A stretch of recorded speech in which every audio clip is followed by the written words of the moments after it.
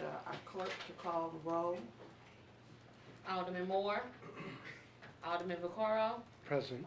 Alderman Cone, Alderwoman Howard, Present. Alderman Muhammad, Present. Alderwoman Middlebrook, Chairman Davis. Present. 4 present. All right, thank you. I'd like to share with you that today is an informational meeting. So we have the opportunity to have members of the airport working group that's working on the privatization process, which most people refer to as Fly 314. Today what we'll do is update you from the last time that we had an update, which I believe was late October. There are a number of things that have taken place since then. All of it is online. You have the opportunity to watch our working group meetings online. All the information is very transparent. But just in case, I thought it was important that we have a comprehensive opportunity to hear those who are working on that group, and to also make sure that our committee members have all the information and they can ask any questions that they'd like to ask in this session. We also had what I consider to be kind of a unnecessary moment of engagement in the community. And so when you tell people that we are at the end of the process and we are moving forward, that is just so wrong to do that to this community. Antics are one thing in politics, but at the end of the day, it is very important that when you have a task before you, one as serious as this, that you do not jerk the public around. You must give them the absolute information and give it to them timely. And that is another reason why we make sure that we put all the information online so that they can see it for themselves. They don't have to believe anything that comes out of any of our mouths, but look at the information that is gathered and put before you. So what I'd like to start off with is to ask that our committee members introduce themselves again. This is going to be a part of probably the next 14 months of dialogue back and forth. I want the public to know who you are. I want them to know who is going to be involved throughout this process. So I'll start off with Alderman Vaccaro. Well, I'm on the committee, but certainly elections are coming up and the committees will change. But for right now, I'm on the committee, and we're going to listen to everything. And eventually, we'll be voting on this at the Board of Aldermen. And I can tell you that it's going to take a lot of selling for me. I'm opposed to the leasing or selling of the airport, and we ran through this with the water department. I'm not a big fan of Rex, and that's who's behind all this. And he's also behind trying to merge the city and county. But can we talk about all that later? I need you to just Well, introduce yourself, how long you've been on the board, and we're going to do that for all of our members, and then we're going to come back and do other things, okay? Okay, well, I've been on the board for about 11 years. Thank you. Alderwoman Howard. I'm Carol Howard. I'm the Alderwoman of the 14th Ward, and I've been an alderman since 2010.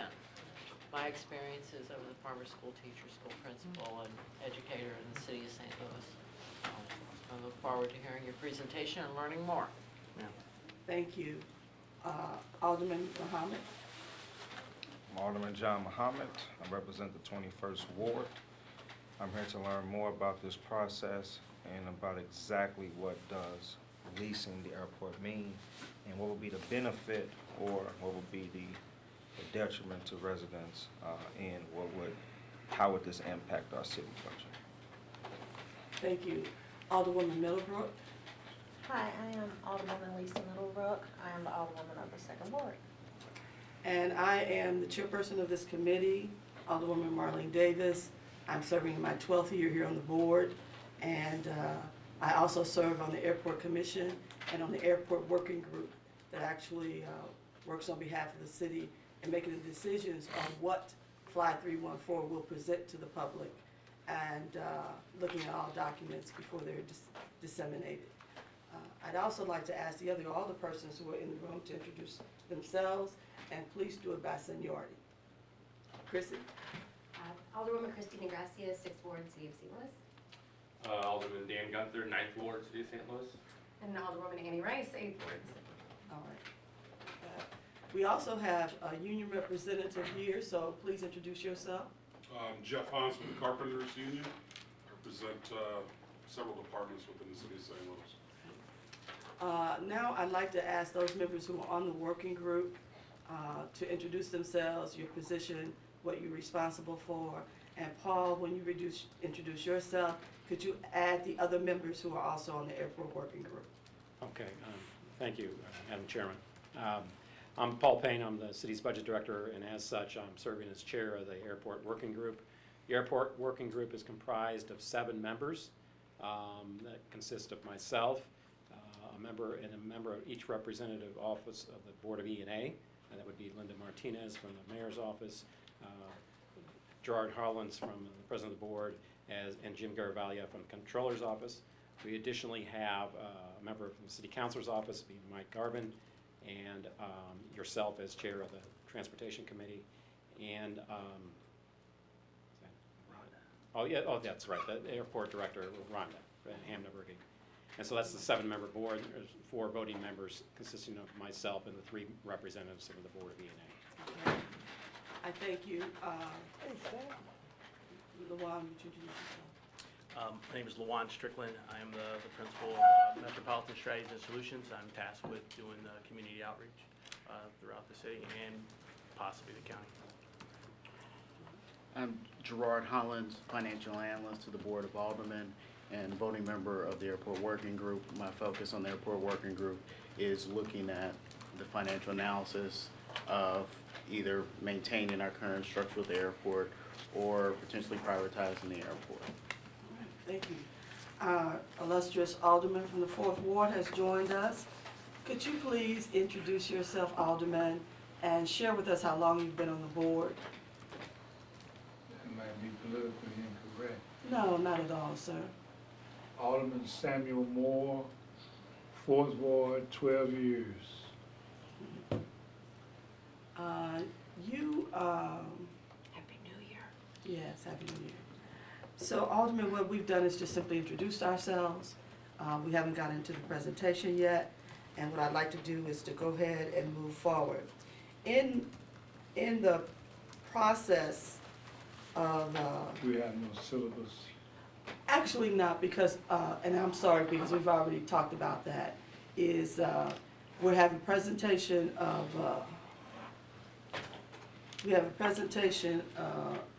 the airport privatization process. And what we wanted to do is to make sure that this committee was up to date on what we have accomplished thus far and how we accomplished it. As we move forward, we want to do this on a regular basis so that not only will you be well informed and all other aldermen who choose to follow this are informed, but that the public is informed too. They have the opportunity on any given day to go on the website and see all documents that are being used and to watch our airport working group as it's working. So I think as we're working, it would be nice to have a syllabus explaining what the privatization process is. and that's what we're going to get today. Yeah. We're going to get a printout. We do have an update sheet that you will get as well. Okay. Okay? So I think that the most important thing for us to do is to start off with the chairman of the airport working group. I think that you can start this process off well. And I understand that you have documents that you want to pass out to the committee members. And this document is already online, and this information gets updated as we have things to update. I don't need you to, sir, I don't need you to do that. They be doing it. And that's the decision that was made by this Board of Aldermen. I just made one as chair of this committee, okay? Thank you. Thank you for telling me for the first Thank time. you, thank you. No, it's not the first time. Every time you're here, we have to tell you. Well, not we, it's you, right?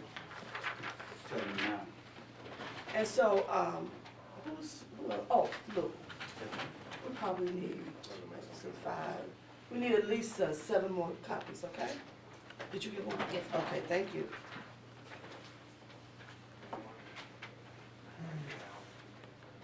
because we do tape all of our committee meetings, they are readily available to anyone at any time. And I share with people all the time, even when we have guests here, they tend to want to hold their phone, and they don't have to. It's there forever for them. It's accessible. And then that way they can pay attention at the moment. All right. So, Paul, would you like to start? Sure, thank you. The document you have before you, I presented an update to the Board of E&A back in November. So the bulk of this material I presented in November. So what I've done is, since I hadn't gone over that with this committee, I wanted to bring that to you here today.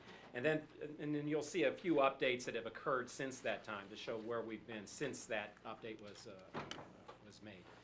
So basically, working off the first page of that document, the kickoff meetings for the Airport Exploratory Group was back in August, and since that time we've been meeting on a mostly bi-weekly basis to go over materials and things as they are made available.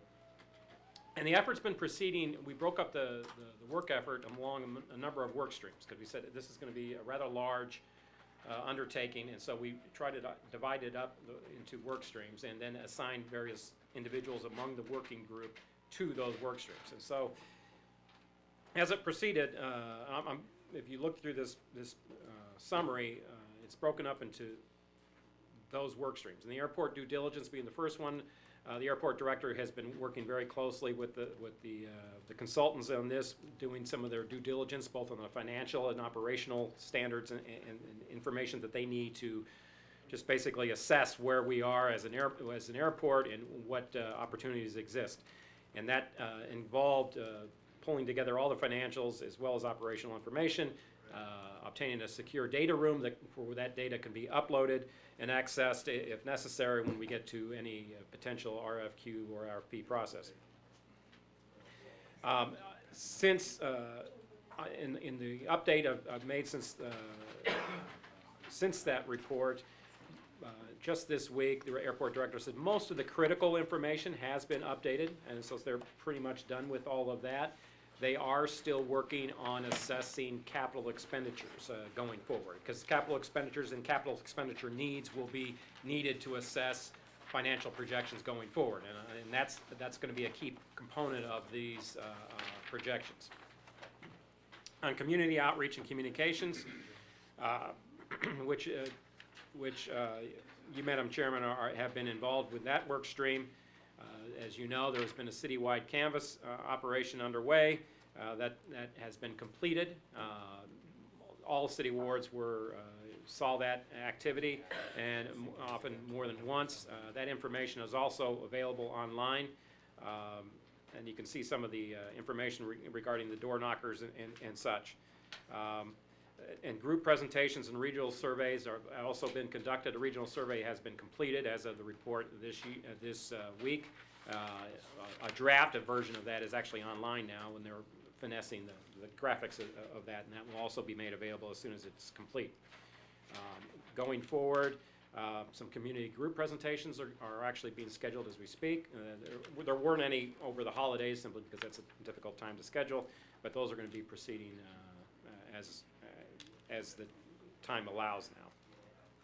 And preparations are also underway for a survey of airport passengers at the airport. Now that requires a little bit more organizing on the ground, is that there's security considerations and such like that, but they're actually working on that to try to get some airport passenger surveys as well.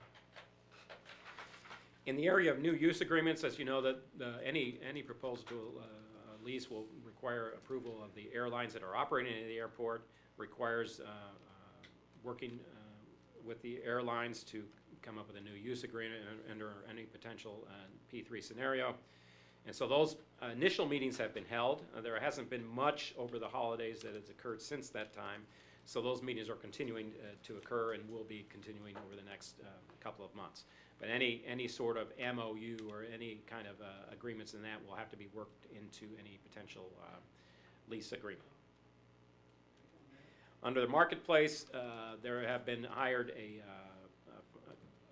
modeling firm, a financial modeling firm, to project out both on the status quo projections for the airport going forward under its current scenario, and they will be projecting on any the opportunities and projections on the P3 scenario. And it's that kind of financial modeling that will be used to guide the group and guide the consultants into deciding, hey, is there opportunities here that are worth looking at, and will obviously lead to the next step, if that's what we choose to do, in pursuing an RFQ and an RFP as part of the process. Now, they have instructed, as you know, and I don't know if various groups have been inquiring about our status of what we're doing, what the city of St. Louis is doing.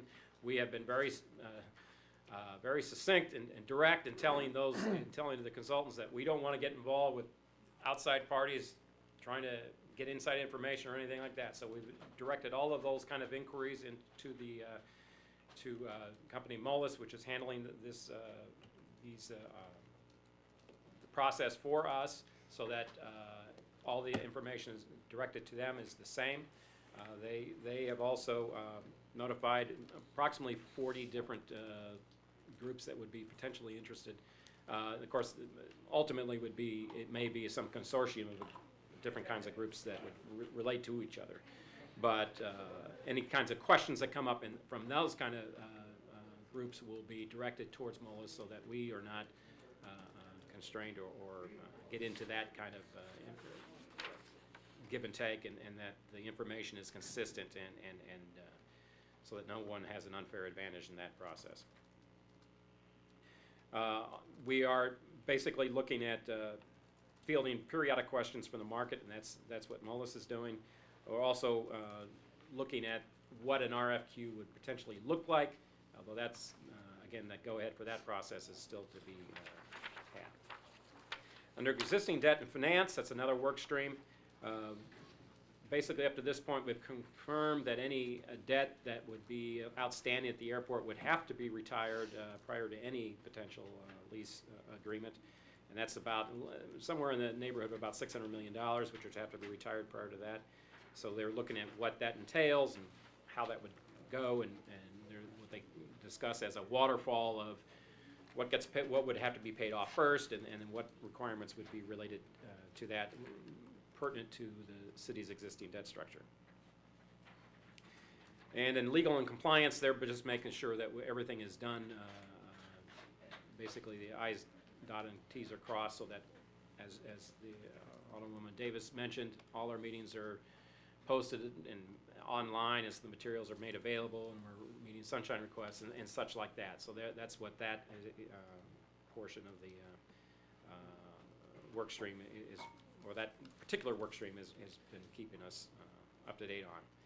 In terms of a timetable, overall it's projected that the process would take 18 to 24 months. There's a little leeway there, and we're only just completing our 5th month in this, and having gone back to August. Financial modeling will continue, will take place over the next couple of months as well the negotiations with airlines in terms of developing an MOU. And then once that's complete, if that is if it is so desired, then we would be issuing an RFQ or an RFP in probably around the 2nd month of the year, or the 2nd quarter of the year. So that's where we're at in that process. And that's pretty much all I have to report at this point. Well, one of the things that I wanted to add to what you shared with us, and we will do that in the different segments, but this one I wanted to make sure everybody was clear on right away. When we talk about retiring the debt, I want people to understand that that does not mean selling the airport. You cannot sell the airport.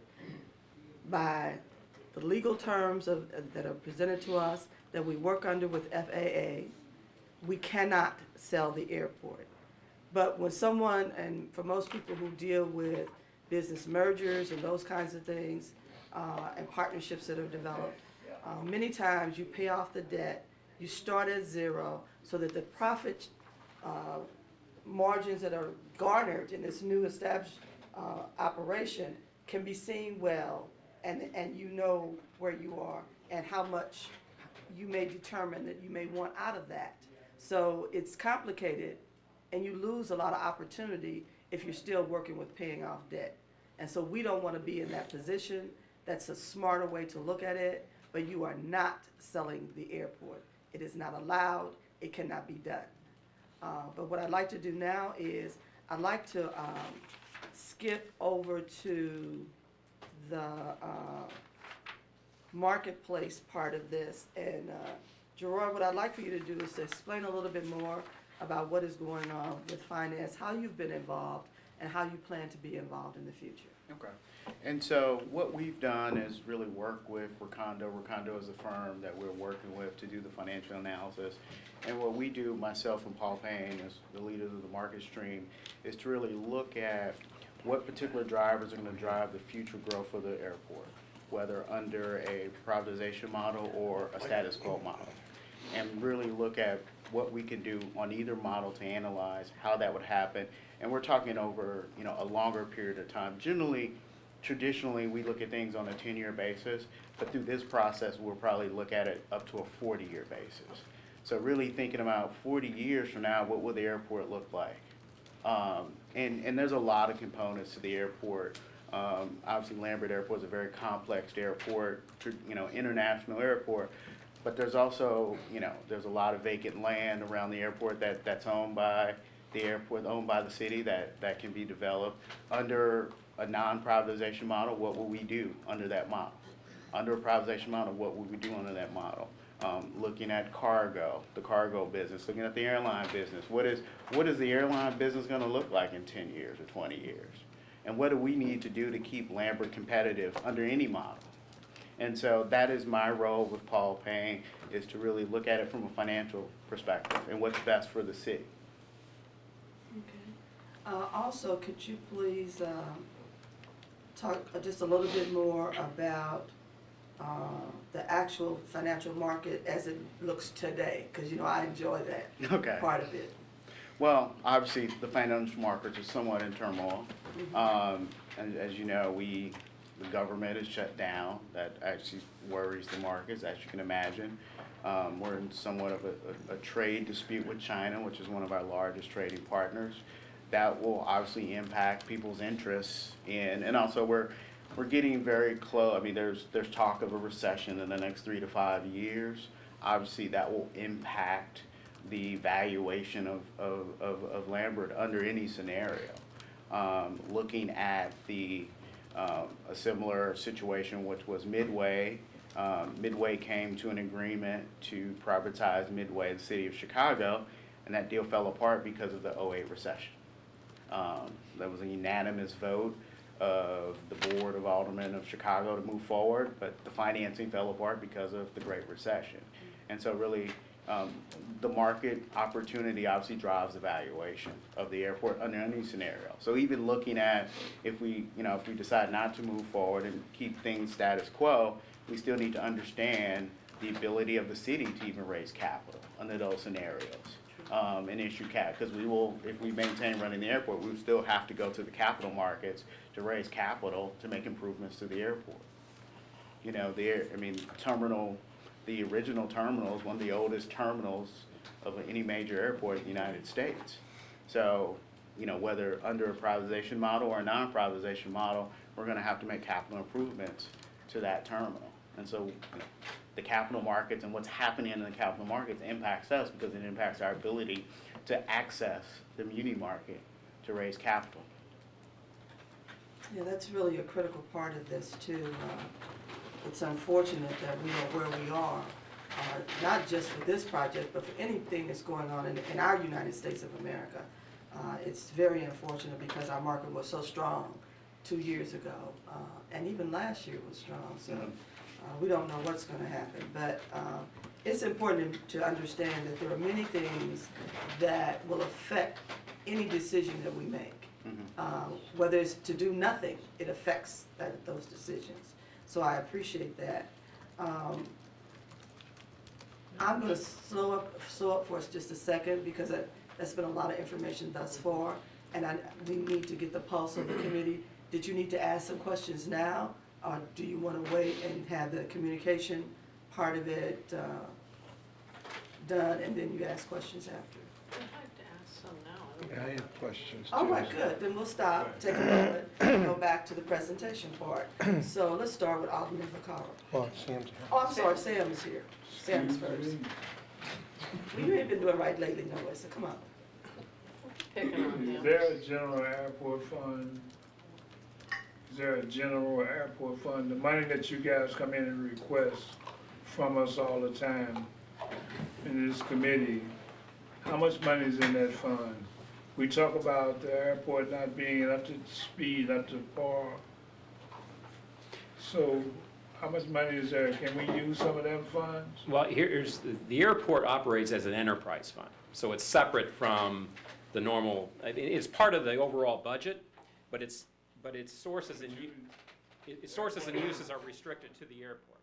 They do have their own fund. They come in and ask us for money, and they have money in their hopper already, and they ask us for money all the time. They are appropriated, when you see, when that would be a supplemental appropriation, but the monies that they are appropriated in any given year are funds within their enterprise fund. It's separate from the city's discretionary monies. It's a special fund. Gerard, have you been representing the alderman throughout this process when we were at those meetings?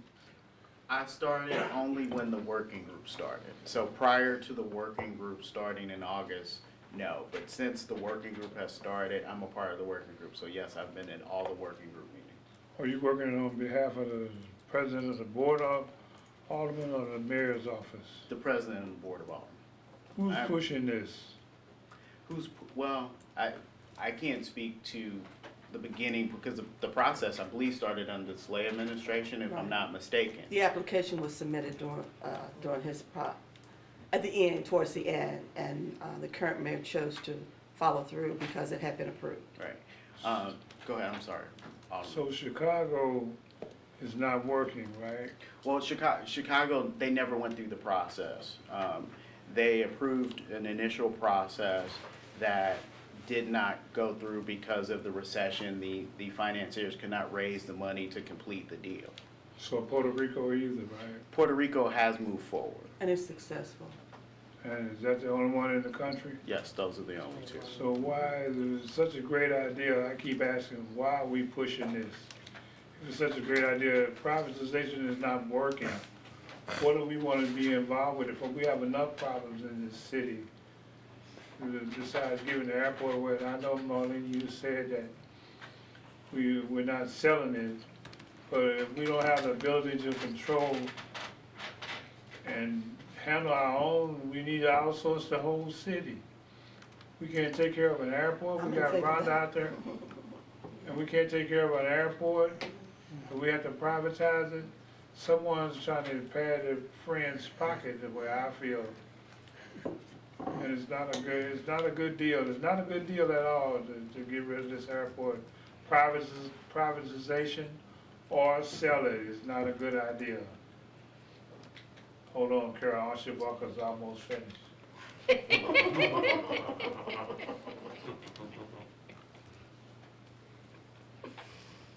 Can you name a few people who are interested in this, in privatizing the airport? As far as people within the city, It don't have to be within the city, period. people who are interested, can we? Yeah, there hasn't been a RFQ or RFP issued yet, so it hasn't gotten. No one has expressed interest. So it's only coming from the city that we're doing this. It's our interest. No one is saying, like Rex is saying, go get that airport. Well, there are, as there's been. And who are they? There have been reports of interested parties. Can you name a few of those? What I can say is that what the MOLIS, which is the company that's been, the consultant that's been managing questions from particularly interested investors, said they've been answering questions from various groups, and so they'll say, hey, we basically issued a, as I mentioned earlier in the presentation, contacted various groups and said, look, if you have questions, you direct them to us and then keep us sort of out of that mix. How do you know what groups to contact? If you can't tell me who's. Well, we're not there yet, because we haven't gotten to that point yet. Because right now, we don't even know if we will. we're still doing financial projections. I think what's gonna happen is that we get this financial modeling done. So, as Gerard mentioned, you've got projections based on the status quo, then you got projections that are gonna be based on some P3 scenario. Then you look at that and say, okay, this looks promising, or it could be promising. And then if that's the case, then you say, okay, well, let's issue an RFQ, and then we consult and say, okay, who are the potential people who would be interested in this? Who are the big name financiers or the airport operators or whatever? Say, hey, we're looking for interested parties to submit a proposal, and they would submit one, and then you go through the vetting of those to make sure that anyone who submits something is actual bona fide interested party. In our RFP, you mentioned $600 million.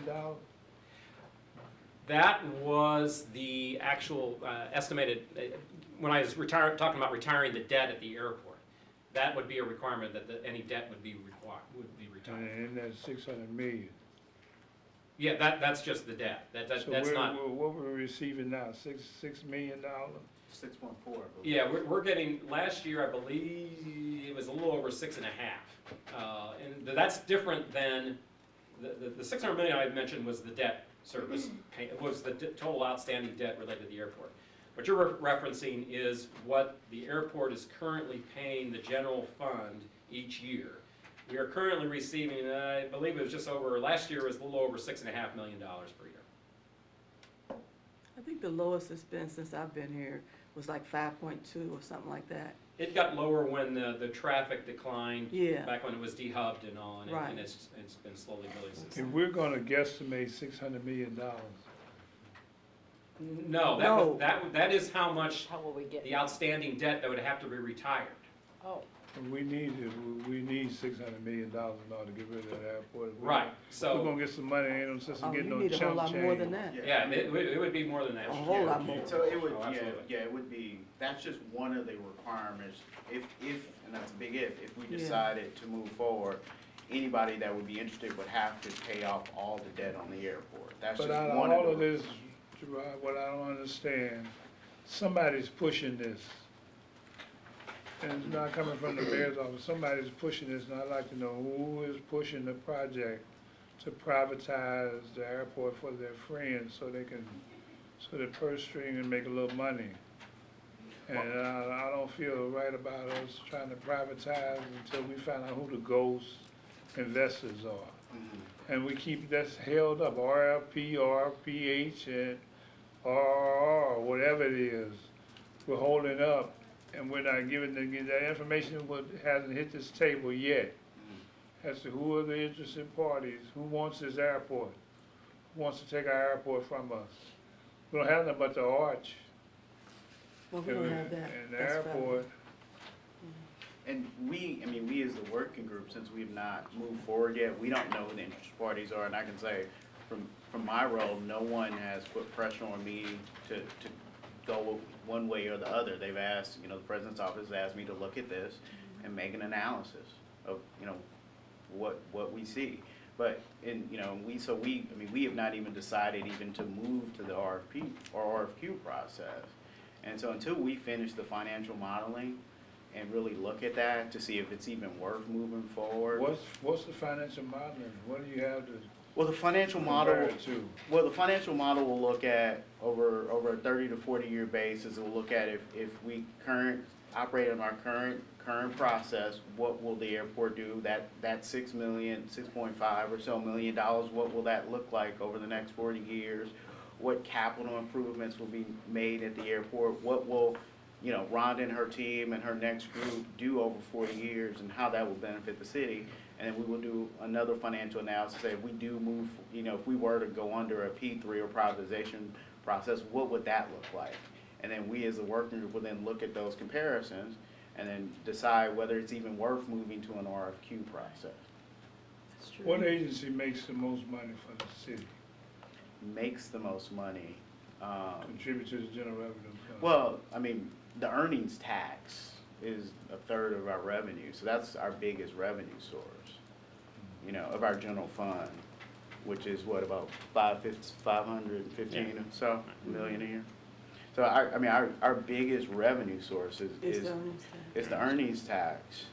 And if you put earnings tax, sales tax, property tax, and payroll tax, you're at about 2/3 of the general fund. The funds that we get from the airport are nowhere near any amount of money that is earned by any department for the city of St. Louis. It does not make a huge difference in the budget. We're talking about $6.5 million. That does not make a huge difference in our budget. But if there was a way for us to triple that and more on an annual basis, and also retire your debt without hurting or harming any entity that is currently a part of the operations of the airport on either side, whether it's an employee or a concession owner or whoever, then that may be something to consider, but we don't know that yet. Because we honestly don't know the real value of our airport. We Do we don't have know incompetent that. people out there running the airport? Absolutely not. We have a great team at the airport. I mean, great. I mean, I know the grass cutters are incompetent, but No, they're not. I'm just wondering why you got Rhonda out there, seems like she's doing a good job. We have a great team. So do they come in with the package, do they stay out there, or they get swept out of the way like? Well, the first thing I thought about when one of the employees asked me that question is, only a fool would fire everybody at the airport, because you know what that would mean? You have to close the airport until you find people to hire, and they learn the airport, which means you're not making any money. So no fool would invest, well, well, let me take that back. There may be one, but you can't do that, because the airport has to run every day. So it's in everyone's best interest to have those experienced people there. But there are so many other things to consider. And so that's why we can't make a decision right now. It's gonna take a year or more before we even have an idea of what it is that we need to be doing. And we may decide to do nothing. We may decide to only deal with the capital side of the airport. That's, you know, and that would look like a different model than total privatization. There is no answers at these meetings, it's like Ray Charles, and we're going into something blind. And I haven't gotten anything from this meeting to the last meeting, haven't gathered anything different, same old humdrum to keep going, but we will not disclose or discuss that goes to interested party. And that's where I consider him a phantom person that's trying to get this airport. Okay. But I'll rest my case for a minute. I got 85 more questions to ask. Okay, all right. But I yield to my colleague. All right. Alderman. Yeah, actually, first off, just off of what Sam's saying, yeah, you don't fire everybody, but they're no longer city employees. Because they would no longer be under the pension system, they'd be no longer, so yeah, I mean, maybe you may not fire everybody, but everybody that's out there is no longer, if they're not vested in their pension, it's not a good idea. Anyway, I had a couple other questions. Ward by ward breakdown, I know they said they put the flyers last time we were here. It seemed like there was a big difference in areas like up north where they were barely putting any flyers out, and down south where they were putting a bunch of flyers. And it seemed very unequitable how they were doing this. And they said, well, yeah, but a lot less people vote over, like in Bosley's ward, so we didn't feel the need to put very many flyers out there, where over in other areas, have we gotten that south yet? Can I? Yeah. Yes, sir. Yeah, we made it, and I have a copy of this, it's on the website, and I just made enough copies for the committee, we went over this, that we amended that right after that transportation meeting, you know, when we put the board goals, and we took the feedback from this committee, and, you know, Alderman Davis told us to delete that and knock on everybody's door like we said we did, so. So how many doors have we knocked on, a ward-by-ward breakdown? And how many flyers have we given out? We've knocked on 172,000 doors. I would like, and you may not have it, but I'd like it, a ward-by-ward breakdown. How many doors and how much response you got in each individual ward? It's on the website if you look at the heat map, but we can give it in plain text. Yeah, we'll have a I would like final. it in writing here. Like Director Payne said, that we've wrapped up canvassing as a whole. There's still a few pockets we would like a little bit more penetration, but for the most part, canvassing is done. Where are those few pockets? Some of them are on the north side, to be honest. Some of them are in North St. Louis. It seemed inequitable to me, the way they were doing it. But it's not a lack of effort. We've actually put more time that way, but there was just, what we did though is we tried to switch the times. Maybe our timing was off in terms of there, so we're trying to clean up on some weekends and areas we only were there during the week, and vice versa to see if we can catch additional folks. But we want to make sure that if anyone looked at it, they can say, or at least talk to someone that said, hey, I talked to someone in my neighborhood, someone on my That's why we street. continue to go back, Right. because we can't Clean catch up. anybody at home. Right. Well, that's why I would like a ward-by-ward Yeah. No, breakdown. it's there on the heat map, but we'll do it easier to read, print out, that way if someone Numbers. wants to see it. I want wants to numbers, see it. make it easy for Yeah. me, I'm an old guy. The other, George, you kept mentioning, well, we don't do whatever, but we turn it over, and I didn't catch the name of the group you turn it over to. No. Recondo is the consultant we work with that's helping us build the financial model. And so you turn stuff over to them. Who is paying for Recondo? Are we paying for them? The city's not paying for Okay, any. then who's paying, where's that money coming from? That's all coming from what, Fly 314. Yeah, it's And Fly 314 is funded by Grove, Missouri. Grove, Missouri, which is funded by Rex. And Walker. So we're just basically, I don't know, the whole system's weird to me because, so we turn stuff over to them, but I don't know. I think the system's messed up. Can you please explain that a little bit clearer, because this is not anything that the average everyday person deals with. When you do an operational audit, what you have to do is gather information from the entity that you're working with. You put it in a structure to determine what it is that is actually happening, and then we're gonna put that against what we believe could or should happen in order to have an investment opportunity. Right. And so you're not giving anything away to anyone. The airport employees are providing information to build this what we call a structure, so that then we can sit down, you can sit down and analyze what our airport looks like monetarily, physically, all those. You'll be looking at a lot of different information in order to come to the consensus of a decision. So it's more than just somebody says yes or no. No, but I just think it's. Let me just say this, the consultants work for the working group. So they work at the direction of the working group. Right. And so they don't work at the direction of Fly 314. And so, you know, any consultant that's working on the project, they have to take direct direction from the working group, which are primarily all city employees. So 314 is not directing the consultants, we're directing the consultants, as this consulting can attest to. I know I make them mad every meeting, so. And you said, well, I'm working for the city, but I assume you're paid by. Yeah, all the consultants are paid through Fly 314. Which is Rex's group. So, but then you said, and maybe eventually the county. You know, in terms, not paid by the county, in terms of, my job is to gather as much information as possible.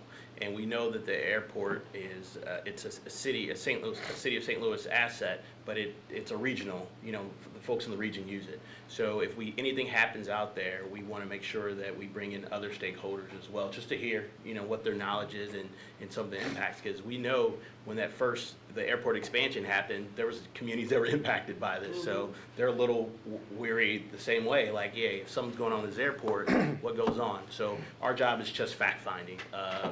Our job is to get this information, put it in usable format, present it to our work stream first, and then it goes through the work group. So there's a communication work stream that both of these sit on, and there's not any information that goes out that hasn't been approved twice, approved by the work stream and then approved by the working group as a whole. Okay, and then Paul, and although I am trying to get a good interpretation from an attorney, just because I really want to know, if I interpret our charter, we can't lease that or sell that, any of the assets, whether it's the water department, the airport, the parks, you know, and if there's a flaw in the charter, then I would think we'd change the charter to fix that flaw. But if I'm interpreting it right, and I'm not an attorney, so I'm not that smart, but I don't think we have the authority to lease that airport out. Yeah, I'm not gonna get into the, Well, that I'm may- not an but- attorney He's either, not an so I'm attorney gonna either. defer to the city councilor's advice on that process. But the city councilor, as I mentioned, is a member of the working group, Yes, so yeah. they are advising us Well, along the way. I would like to have them down here to answer that question. I was hoping one of them would be here today. I asked, I thought Linda said she was coming.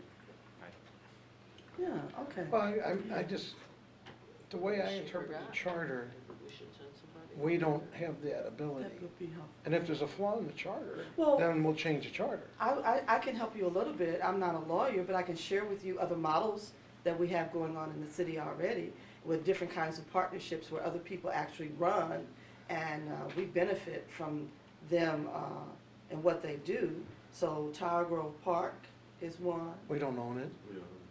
I'm talking about the process on how it changed. When you say what we can't do. No, Okay. they can hire. Then, when you looked at the new operation of Forest Park, then we have at least, it's a lot of buildings that we own, that we lease to private entities. We don't, but we And don't. and those are our properties, those are our assets. The way I interpret it, we cannot, The FAA is the ultimate decision maker on whether or not you can do anything. And they've already said yes.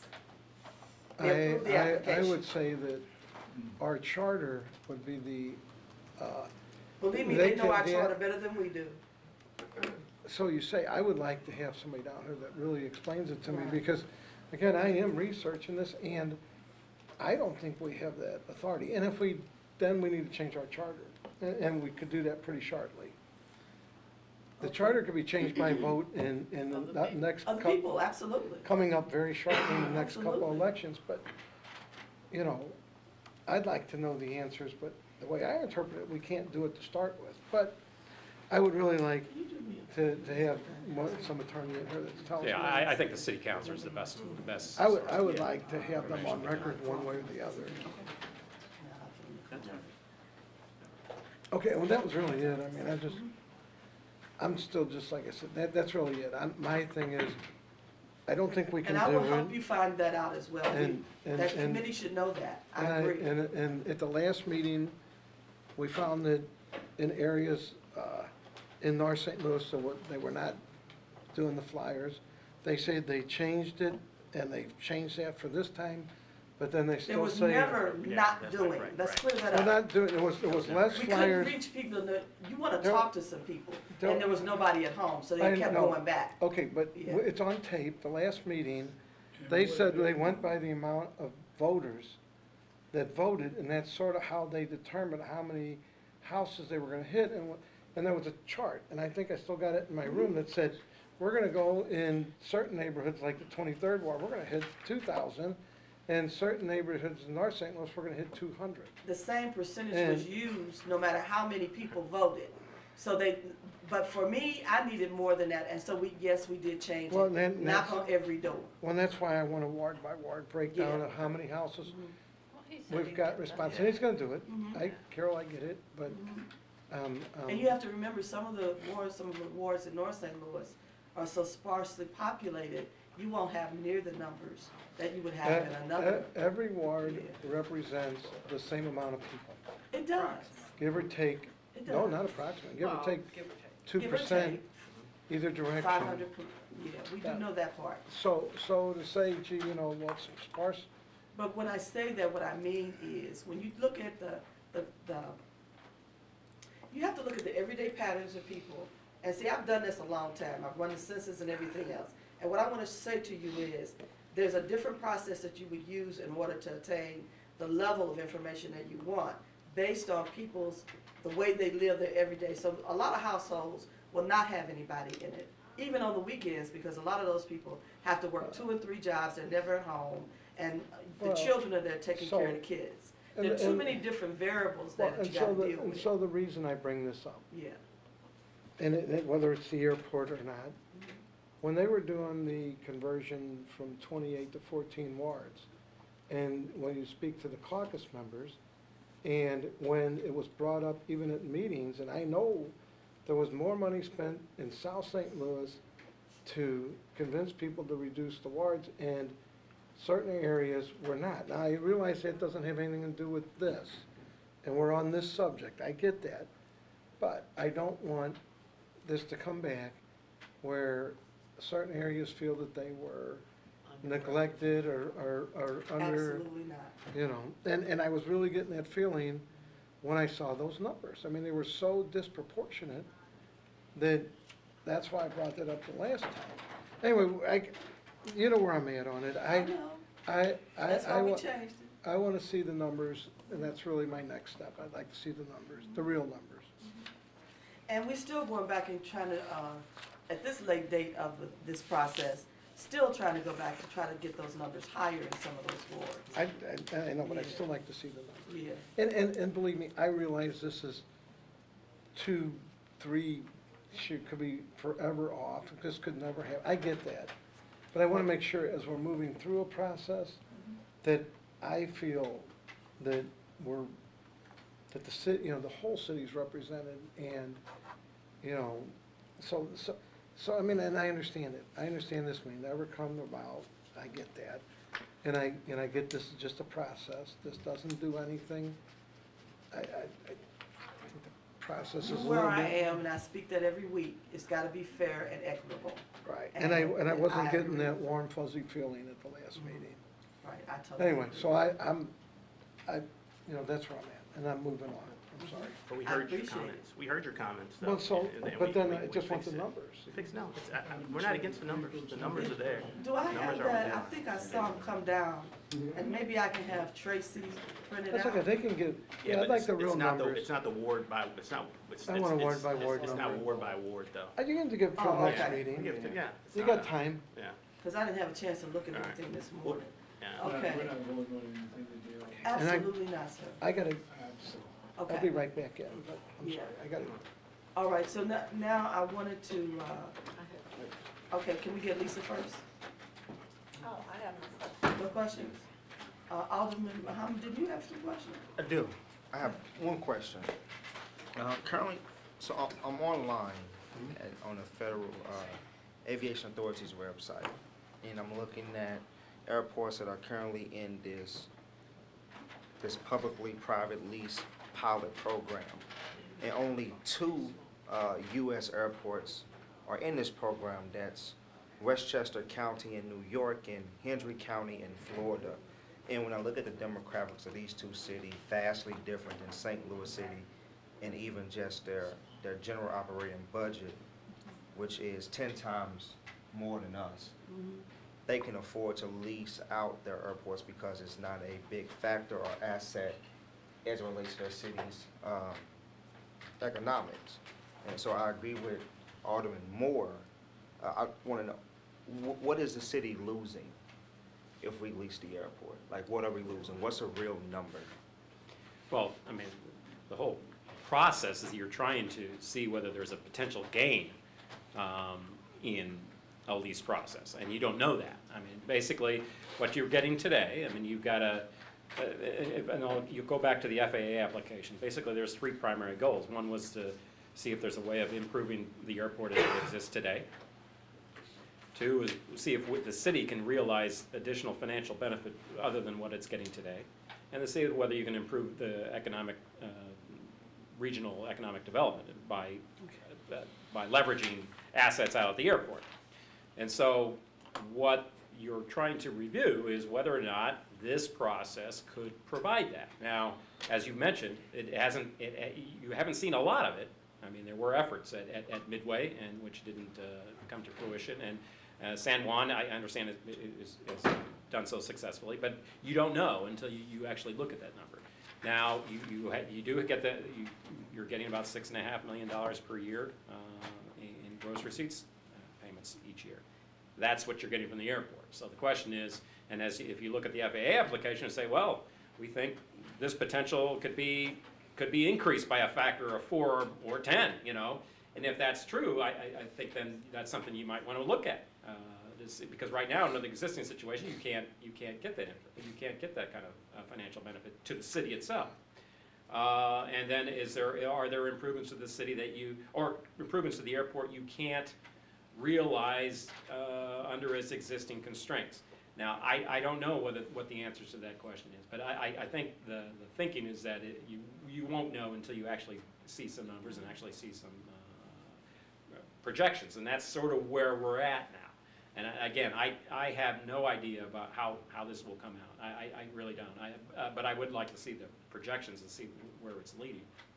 Okay. Could you, So excuse me, Alderman, can I add something to that? Sure. Very quickly, we also have engineers that are looking at the physical part of the airport. Because if it does not have enough value, if they have to spend too much money to bring it up to par, it may not be a good investment for anyone. So that's another part of what he's saying too. And I'll just add one more thing, that while in the United States, airport privatization is a new concept, it's very common around the world.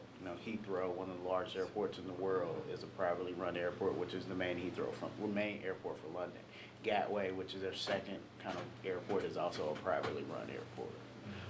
So airport privatization, while very uncommon in the United States, is very common outside the United States. And I get that. And, I'm not against public-private lease. I'm not for it either. Right. I don't understand it. Right. And when my residents ask me, well, what are you going to vote? What does this look like? What is it? And I can't adequately explain to them what it is because, honestly, the Board of Aldermen, or at least this committee, has been left out in the dark on a lot of things. And to me, it seems like we're playing catch-up. Being a new alderman, it's a lot I just don't understand. Even this process update, have no clue what it's saying. This is the most confusing document in the world. I don't know what none of this means. This is just like something that was rushed in the last 20 minutes and just given to us. I don't know what this is saying. If I could help you with that. Sure, when I'm finished. Sure. So $6 million goes to general revenue every year. 6.5, yeah. 6.5. Right. From the How much does the airport generate exactly right now? Their total revenue? Yeah, their total budget? 107? Yeah, something along those lines. Oh, what is the current debt status of the airport? There's roughly about, it's give or take, but it's $600 million or so outstanding debt at the airport. And the airport they have their own fund too, right? Yes, they're an enterprise. How much fund. is currently in that fund?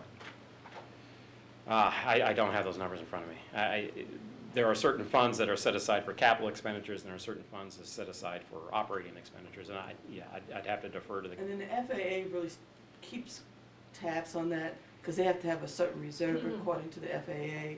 They have to have certain capital funds. Capital funds cannot be expended unless the FAA is a part of the approval process. I mean, it's a really complicated thing, but at the end of the day, we don't get to spend any of it.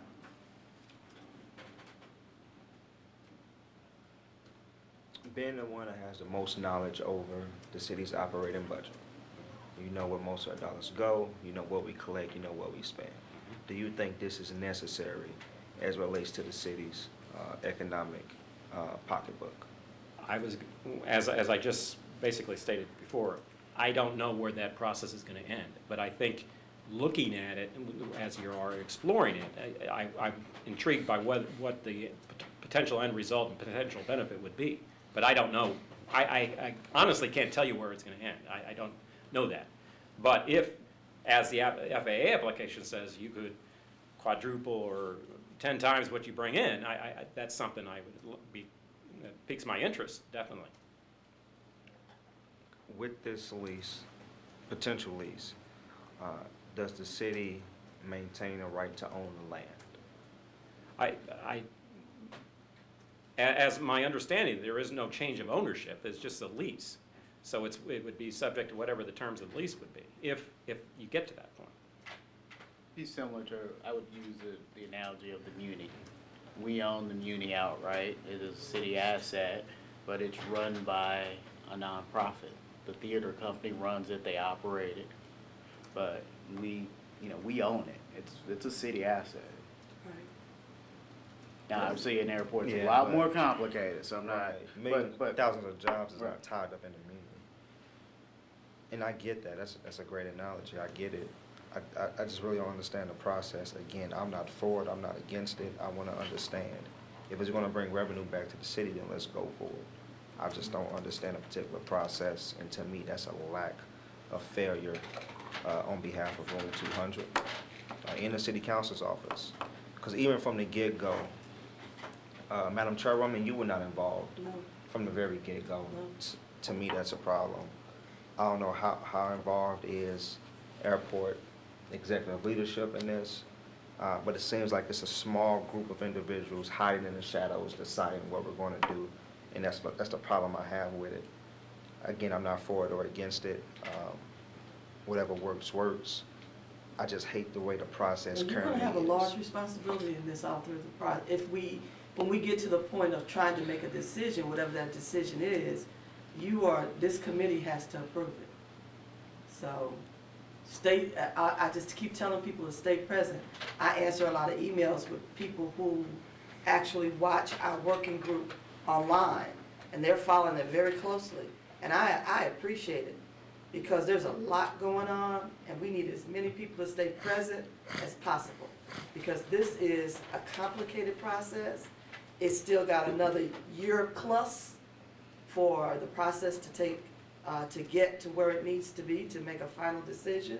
And so we got a lot of work to do. And that's why I've been thinking about this, and I'm saying, I may come every month with information meetings to this committee, because that's the only way. And if you have a moment, watch the working groups, because then the verbiage will start falling in place for you for the different parts of this process. But it's not easy. It is absolutely not easy. And that's why it's taken so many people who are working on different parts of it to bring it all together at the end so that we can make a decision. And I ask the public to stay present, because they need to understand it. It's a lot to understand, but the only way you can do it is take this slow operating process. That's the only way to make it right. Instead of us just sitting back in a corner somewhere and letting somebody else make the decision, we all gotta stay involved. Thank you, Madam Chairwoman. Thank you, Mr. Director. No further questions. Okay, you had another question? I did. You know, as we move forward, I realize this whole process is educational, it's exploratory. Has there been any mention They of, already told me. you know, my understanding at the first bloom of this was that, you know, it's up to the Board of Aldermen, the mayor, ENA, the airport, the airlines, all weigh in on whether we should move forward once we have a package of, you know, here's the pros, here's the cons of it. Is there any thought been given to allowing the public to vote on this? Because I really feel like this is an asset that, you know, is a public asset. I'm feeling like, you know, we have something here before us that could be very beneficial, and it's a regional asset that you know, if we're to derive some money from it, you know, we all know we're a cash-strapped city. We need to find income realistically, whether it's the airport, whether it's, you know, and how do we, you know, make that airport more profitable? If we come to a point where it's like, hey, we can't sell this dog, it's too beat up. Well, we can never sell it. Well, we can't rent it, let me say, sorry, I'm falling into that. We can't market this as a rental property, okay? Will we be able to hold on to that information that's mined from this study? Yes, Oh, it's yeah. ours. And say, hey, we can do this, and here's how much it will cost, and, you know, and we can do this to bring in more revenue. We can recruit some, commercial, cargo lines Right. to come in here. Well, So we'll have access to all this information. we own the information. I think, and Alderwoman Chairman Davis has talked about this a lot. One of the best part of the process is like looking under the hood and really, you know, I spend a lot of time talking to the airport director saying, okay, we're working on these projections. Okay, when the debt is paid off that is tied to the vacant land you have, what would you do with it? You know, under our current process, what would you do with it? You know, when, you know, Terminal 1, Terminal 2, what do we need to do in 20 years and 30 years? You know, we're whether we move forward with this or not, we're still gonna have to make those decisions, right? And so I think, yes, it is forcing all of us to look at the airport and say, okay, next 40 years, what do we need to do, right? I mean, it's an asset. Are we getting the full value out of it if we continue to operate it? Now that's a different kind of different conversation that, and that as far as the money that flows to the city, there is a formula that was negotiated back in 1982, I believe, when the revenue rule was put into place by the federal government. But I mean the physical structure. Right, That the physical, will right, remain an right, asset, right. no matter what we Right. choose to use, Right, because right. we have that land.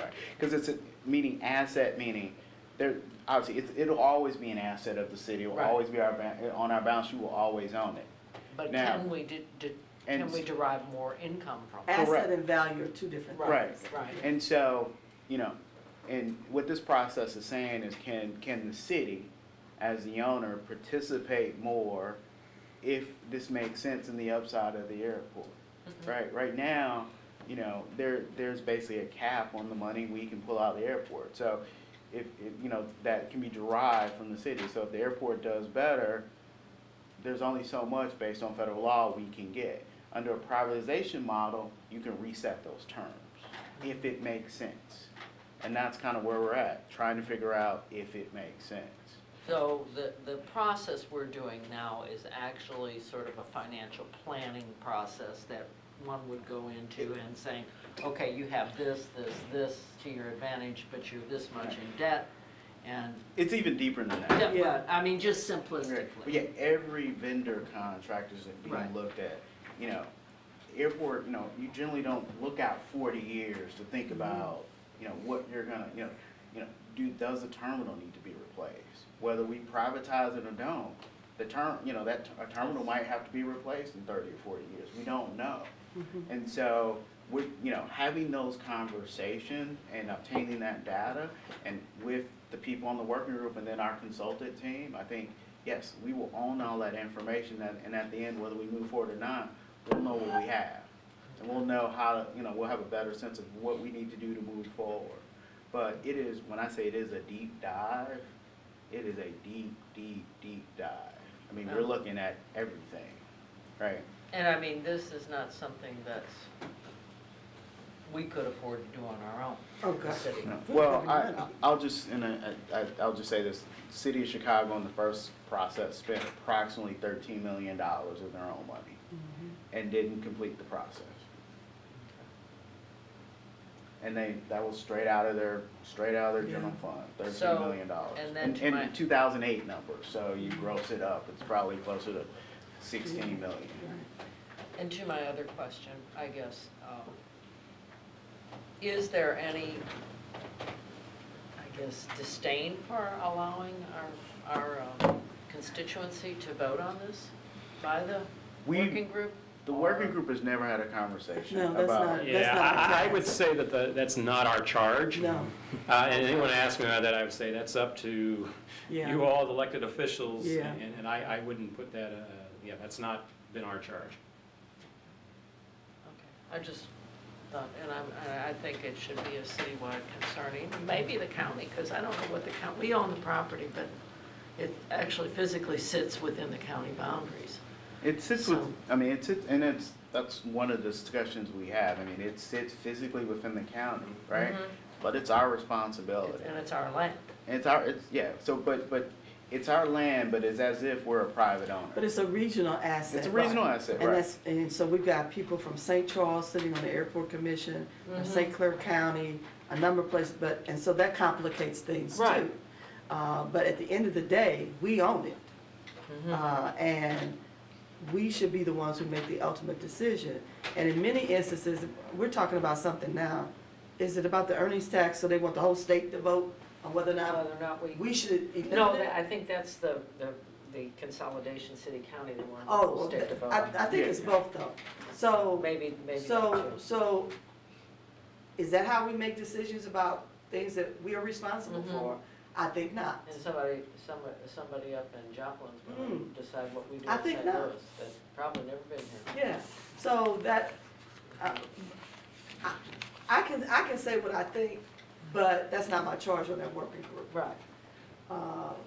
So for me, if I'm gonna give a vote to the public, I think it should be a comprehensive vote.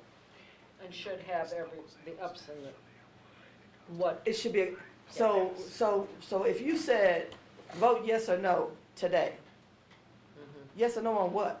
well, we don't know anything, You don't know nothing. Right. because this is on. I can't say to you, I got an offer for this, would you wanna do this, or would you rather leave it alone? That, now you got an option of something that, you know, that you can discern from.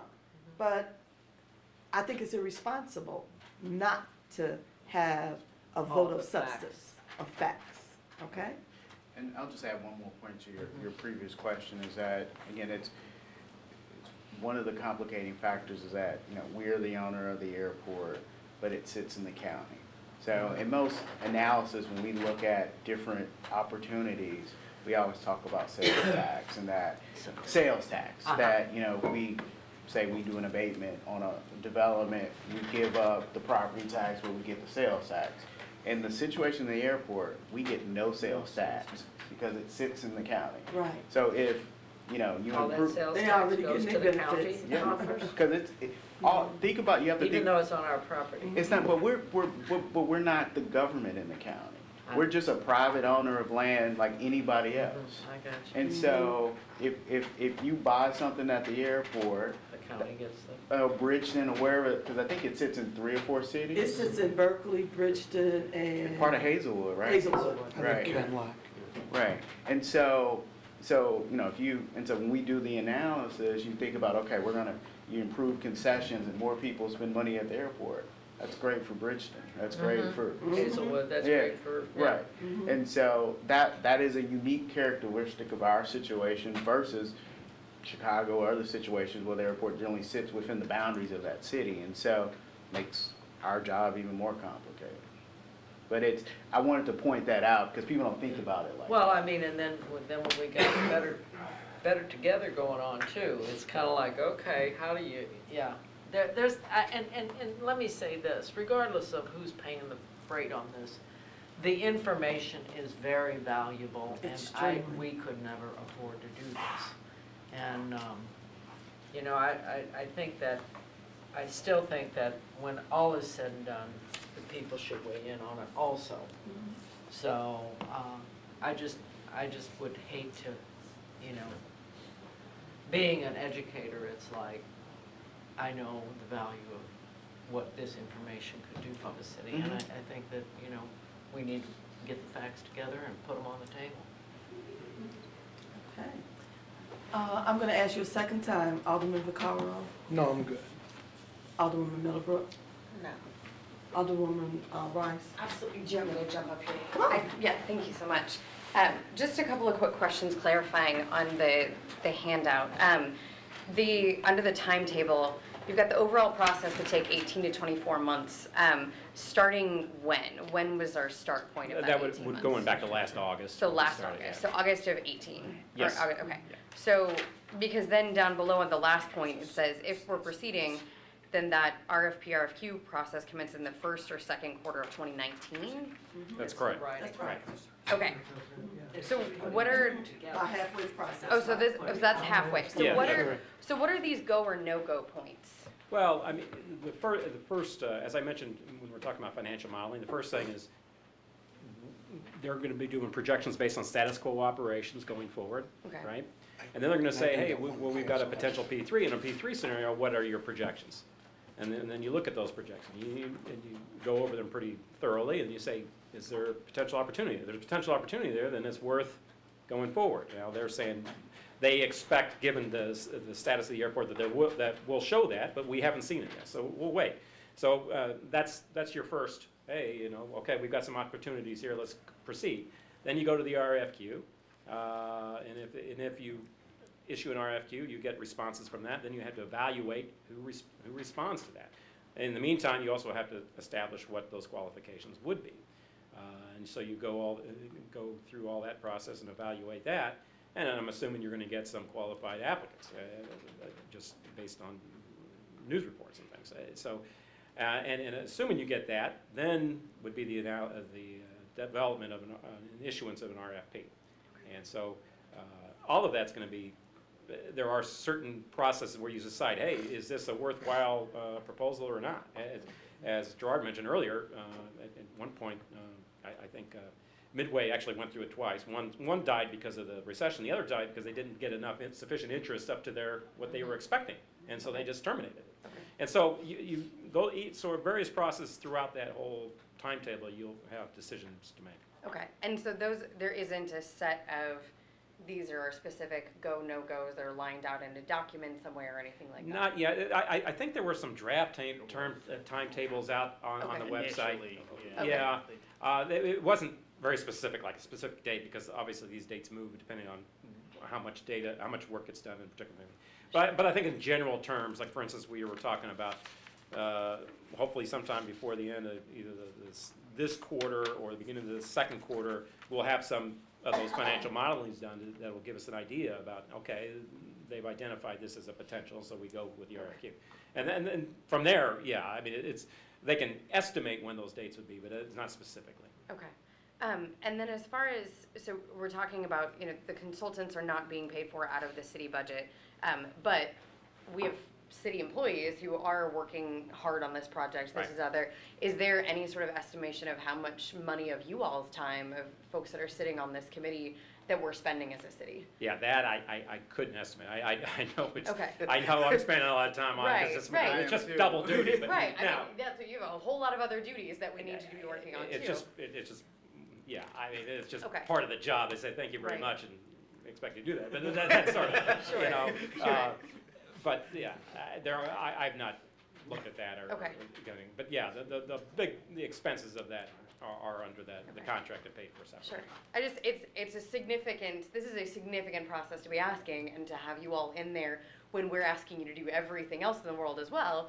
You know, we here in the city, we like to work real hard for less than we're expected. But I think those are sort of my significant questions. Or just sort of what are these points, and as we're coming through, and are we required to be doing 60-day hearings back to the board at this point? Is that under the process? I think I had 120 days in the resolution. Okay. I just feel like we need to do a little bit more. Yeah, I appreciate that. I was the more we can stay up, and I know Yeah. that there are a lot of videos and documents and things online, but trying to track those along the whole process is there's a lot. So this is very helpful. Thank you for the hearing. Thanks. Alderman Gunther, and while you're getting there, Alderman Vaccaro, you had another question? Yeah, quick question. Only because I never thought about the sales tax. And my friend Greg asked me, and I guess we're not taking public questions yet, but No, sir. sometime we could. But what about the earnings tax? So if you work at the airport, I work for McDonald's at the airport. I work for the cleaning company at the airport. Do I pay city earnings tax? if you are a resident of the city of St. No, Louis. no, I live in the county, but I work at the airport. If you live at the county and you work in the county, you're not paying earnings tax. Because you have to remember, there are approximately 6,000 employees of the airport. Right.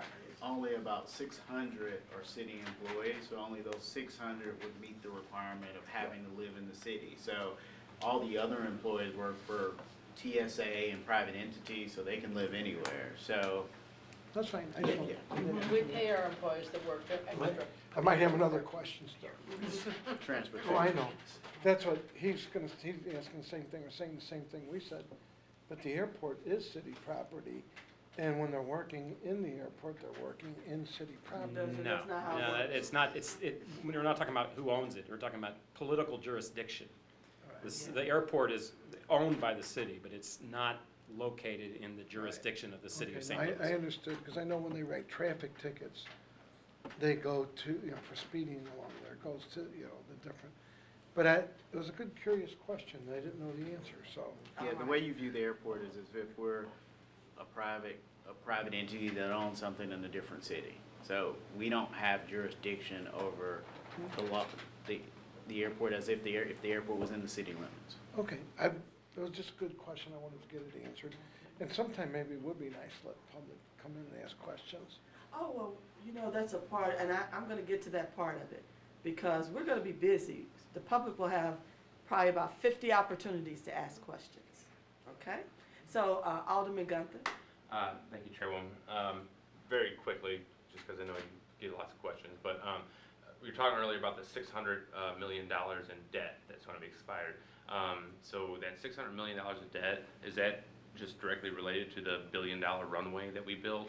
Or, and then with that, are we adding debt every year, or are we just continuing to pay off our debt? And so that's something that we planned for in, I think, 2007, when the $1 billion runway was built.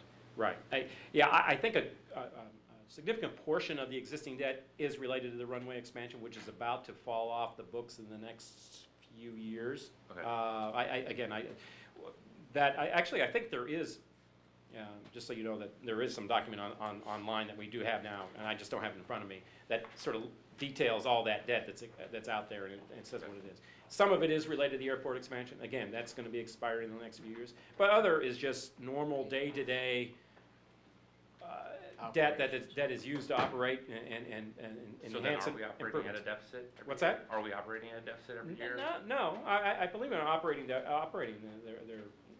They have their various sources identified to cover their operating costs. But they do it. But as in any business, you're going to be when you need physical improvements or things like that, you do issue debt to do that. I think, matter of fact, just as you mentioned, I do believe there's going to be a refinancing of some existing airport debts, so you might actually see that before the board. So don't be confused by that, but that is going to be a refinancing, which they typically do when market conditions warrant, about just the normal process. Because one of the things it's important to point out is that with everything going on, discussion about this airport, normal operations continue, and so that's one of the things that they'll be doing. Because that's one of the things I hear from my constituents is that, we built this, 10 years ago, we built this new runway, and we haven't used it, we haven't utilized it. So if this study shows that the city itself would be able to operate additional cargo or the China hub or these different things, then all of a sudden we're putting that to use, and we'd be able to gain more income from it, and we'd be able to gain more 20%. I mean, that would be something that hopefully, if you get to that process, and when we see the modeling and say, hey, there's potential, and they identify it, and then some proposer says, hey, we think we can make a go of it, then that's something you want to look at. Okay, and then my other question I had was, because I'm looking at this Fly 314, your Canvas outreach report, and I guess this is yourself here. So on here it says you've knocked 111,003 doors. Yeah, that's from November. We Okay. put it up every couple months. Okay.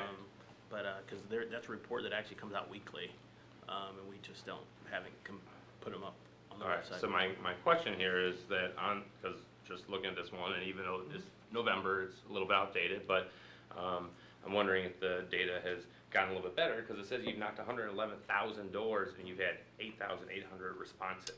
So less than 10% response, so do you? Yeah, that's about right. We're about 16,000 and some change on 172,000 doors right now. So it's a little less than 10%, and there's pockets, there's like areas of the city that you go and you go 2-3 times and no one's there. But then there's other areas you just go through and everyone's home on a Saturday. You can just talk all day. So it's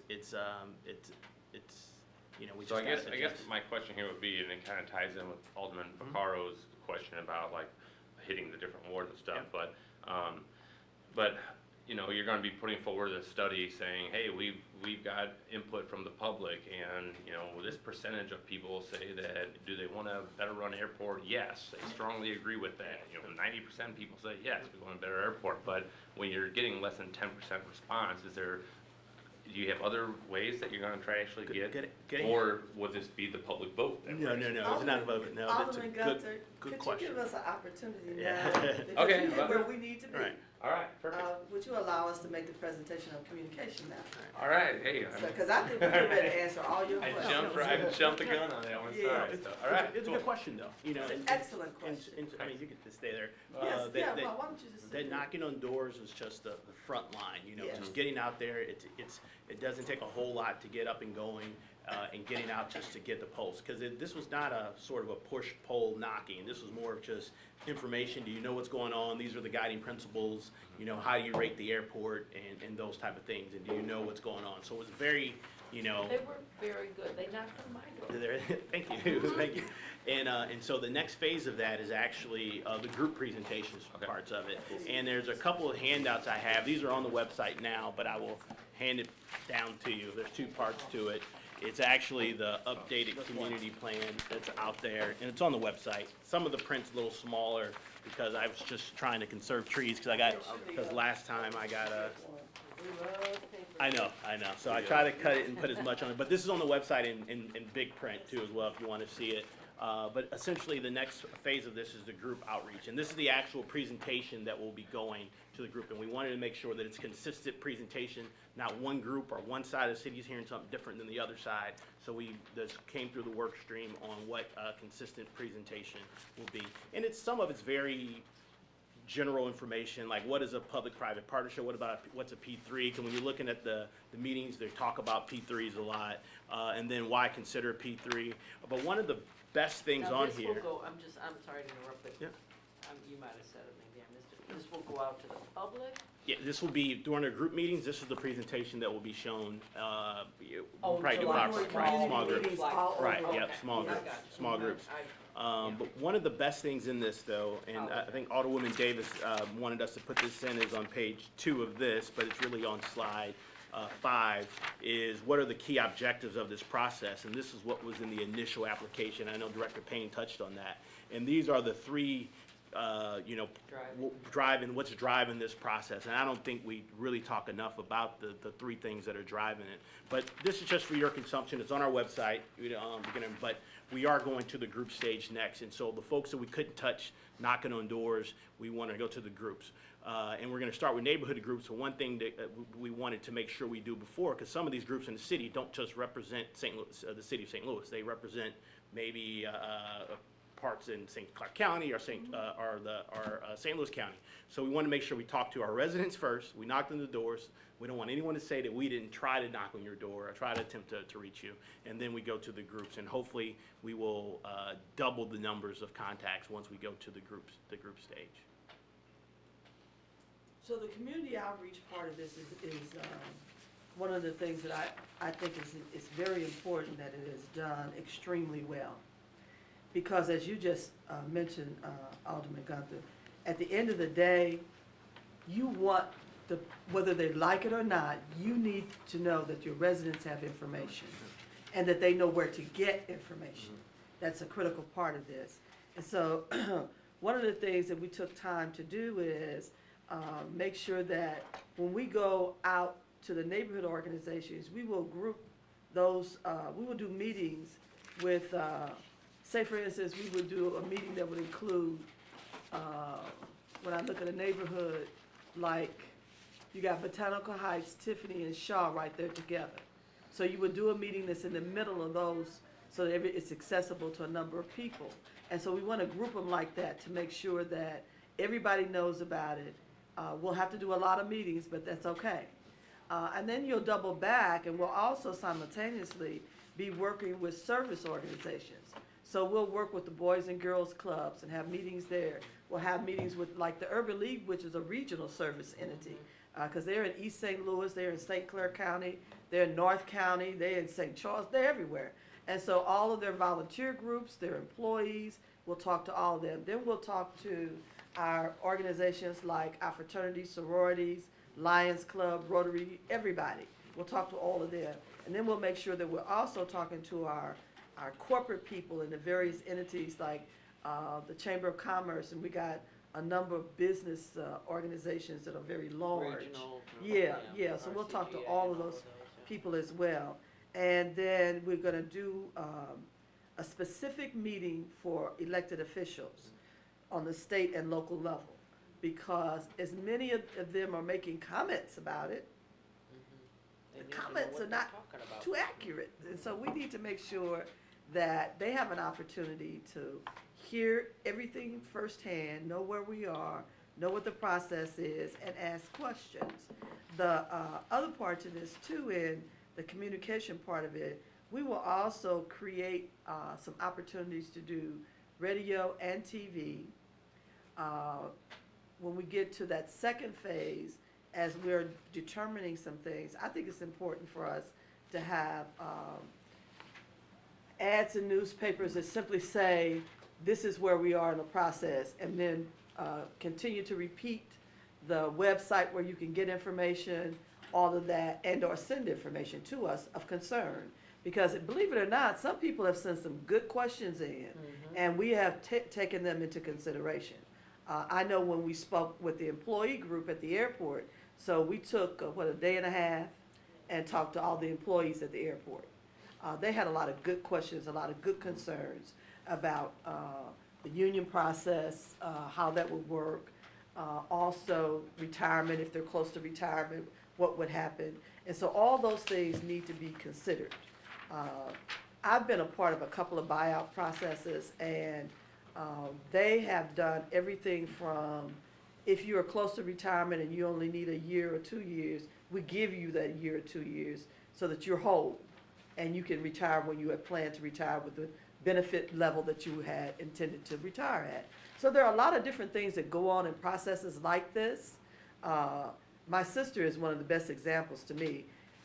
In her work process over the years, her company has been bought 4 different times, and her job still maintained.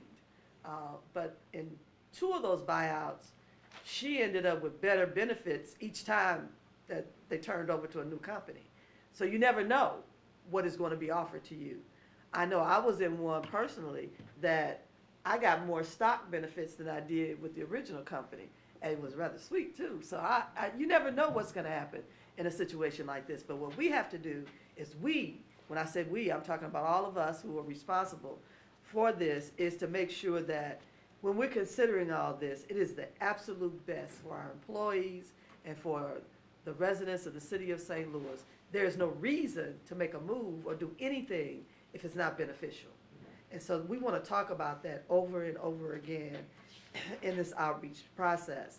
And we've also asked people if they thought of an organization that we had not listed, because we'll keep our list fluid online as we add new ones, then please let us know.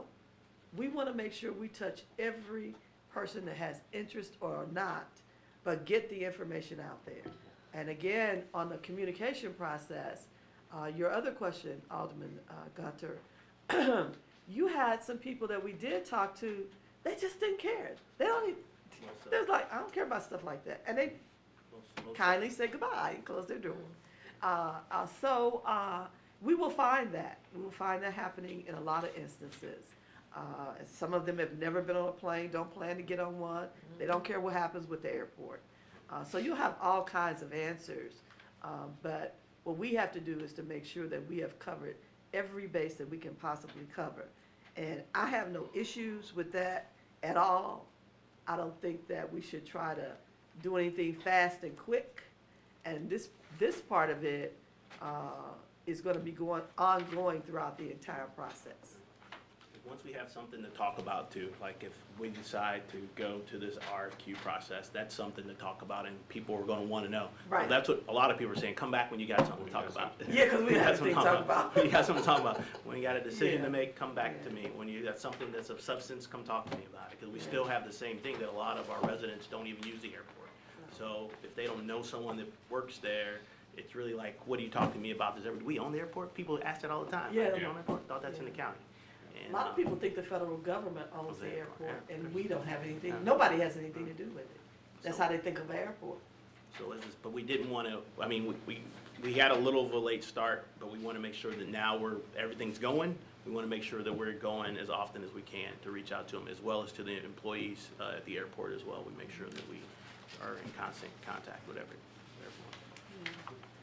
Is there anything we missed on this communication part? I that we need mean, to I share? know Director Payne talked about a lot of it He there, did. but there will be a updated final field roll-up that will be posted pretty soon once it's done. Like I said, we've got a few pockets, we just want to make sure, and those were good questions he asked, we want to make sure that we exhausted all of our opportunities first to reach folks before we wrap it up completely. And then the next phase of it will be actually talking to airport employees. And so we're working on I know Director Payne talked about that, a short script of actual flyers in the airport. And so there's some technical aspects of that we're working through, but hopefully sometime in February we'll be able to get there. And for those, I know we've had the question before about the union representation at the airport, and so we've kept them involved. They've been present at everything we do at the airport, and I appreciate that. And again, there will be some negotiation if we come to a conclusion that we want to do something, whatever that is, and they'll be a part of that decision-making process on what that would look like. So the unions will stay involved. And I'm a former union steward because I understand, so I'll help. Is there any other questions? I don't want to close it out before, and then I didn't want to be disrespectful. Jeff, did you have any comments you'd like to make? No, I just came to hear the update because I represent airfield maintenance workers and painters, so they maintain the airfield. So they've been very concerned, very worried about their future, and Right. so I try to keep as How apprised many as I can. employees is that? About 60, 65. That's Level important, very 500 or important. something, so. And there's another union that represents, what, about 35 or 40? Yeah, Yeah, Unite, I think. yeah, you know. Or SEIU, is that part of SEIU? I don't think so, no. It was Well, what I know I, ASME came to your first presentation at the airport. right. Yeah. When I talked to him, it didn't sound like he represented too many people. I I think he said like 10, I mean. Yeah. Yeah, it's very few, Because I was kind of like, oh. right, wow. Yeah. yeah. And I know it's, But I yielded the floor to him because he had to get back to Cape Girardeau. Oh. I actually live in the city in the 13th Ward, so dual interest in this issue, so. Okay. He lives in the 13th, but he's my neighbor. Yeah. That's how Just close over the the border border. is. yeah. And I really value their opinions too, and they continue to communicate with their employees too, and that's very critical for us. Keeping the stress level down is good. Absolutely, absolutely. And I was really, it hurt my heart that the employees had received such misinformation. No one should have to go to sleep at night worrying about their job. And that's the last thing that they have to be concerned about. Because if that's what it means, then we won't be doing any kind of deal. That's not gonna happen. So we need to make sure that we continue to talk to them. I gave out my personal cell phone number to them. If anybody ever has any concerns, they can call me. So, is there anything else? Hearing nothing, I'd like to thank everybody for attending. I want to do this again because in 60 days, we'll have a new benchmark that we would have passed. Right, I think we'll have the Raconda stuff back. Right. And they'll be making a decision on. Well, we'll have it back with, not to say, Not but maybe, approved. yeah, I mean, once we get the model, the working group is going to spend a lot of time tearing Proofing So I better that make it model. 90 days. I still would be within the 120 of the Yeah, I mean, resolution. we could do a 60-day, but I just, you know, Want to put that on there? yeah, I'm You- not you saying that don't- we're gonna be like you won't go, have- no-go decision, You like, no. might not have any. No, we, numbers. just because Redondo produces the model doesn't Yeah. mean we agree with it. Absolutely not. Well, and you might not have any numbers to present. Right, right. So we'll do 90 days so that we'll have something that's substantive to talk about. Well, he said 60 would work. I mean, I know, because we get into fights, I know. Okay? So we're gonna do 90 days and make sure that we come back. In the meantime, we will be doing all of this community outreach. So you'll be hearing from people saying that they were in a meeting, probably multiple meetings, based on what they do in their private life, because we're gonna be contacting all kinds of entities, okay? But I thank you all for coming, and I thank you all for taking the time, because we shouldn't rush. Thank you for shining the Okay. light. All right, could we ask, I'll just adjourn the meeting, meeting is adjourned. That's Robert's rules. Thank you Okay. very much. Thank you.